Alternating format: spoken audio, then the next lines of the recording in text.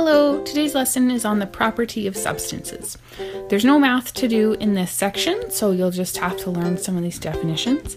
We're going to be doing a lab on the different properties that we can test in the lab, and it's going to be kind of neat and hopefully solidify your knowledge of the topic.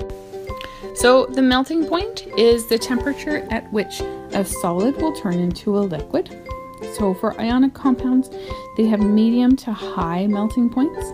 Molecular compounds have low melting points, and a covalent network will have a very high melting point. The solubility is a chemical property referring to the ability for a given substance, or the solute, to dissolve in a solvent. It is measured in terms of the maximum amount of solute dissolved in a solvent at equilibrium. The resulting solution is called a saturated solution. So most ionic compounds are soluble in water. So think of salt, you can dissolve that directly in water. And they are insoluble in non-polar liquids and organic compounds. Probably nothing that you've seen in real life. A covalent substance or molecular substance is usually insoluble in water, but are soluble in organic solvents. So this would be something like wax. Putting wax in water, that's not going to dissolve for you. The electrical conductivity is the measure of a material's ability to accommodate the transport of an electrical charge. So ionic compounds, in their solid state, ionic compounds do not conduct electricity. But when melted in an aqueous solution, they act as a strong electrolyte and can conduct electricity. So salt water again, for an example. A molecular compound are poor conductors of electricity and heat. They will dissolve in an aqueous solution, or when they are dissolved in an aqueous solution, they still remain in their molecular form. Due to the lack of free ions, they do not carry an electrical charge very well, and thus act as a poor conductor of electricity. Metallics, both their solids and their liquids conduct electricity, and a network covalent is non-conducting. Hardness is the measure of how resistant solid matter is to various kinds of permanent shape changes when a compressive force is applied. Some materials, such as metal, are harder than others. In ionic compounds, they're very hard because of their closely packed lattice structure and the ionic bonds between the charged ions. They are very brittle, and it's difficult to bend them. In molecular compounds, the solid forms of molecular compounds are generally very soft and brittle. The covalent bond is in such compounds are flexible and bend but do not break easily.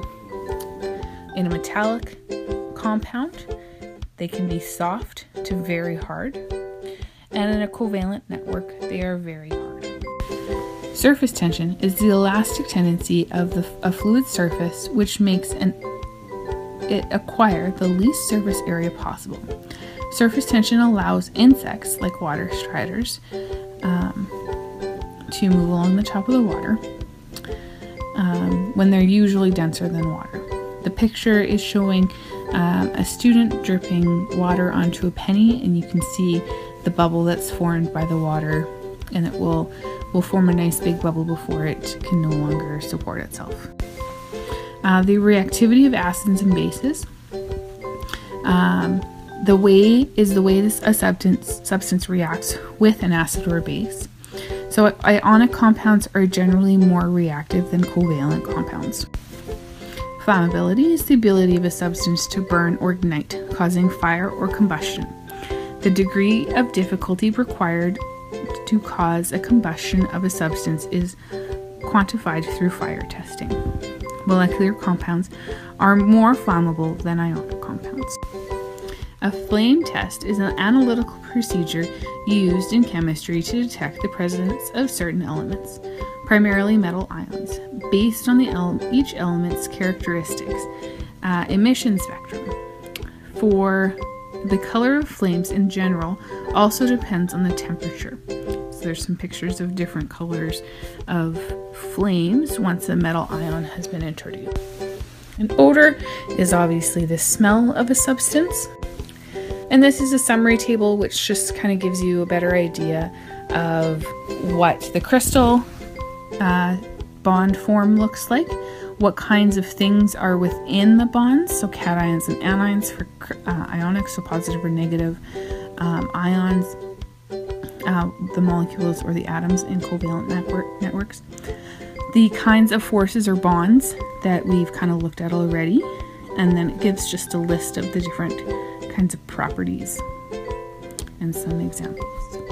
Well, I hope you enjoyed this lesson. There'll be a short assignment when you get to class tomorrow and a lab on the next day. Have a great night.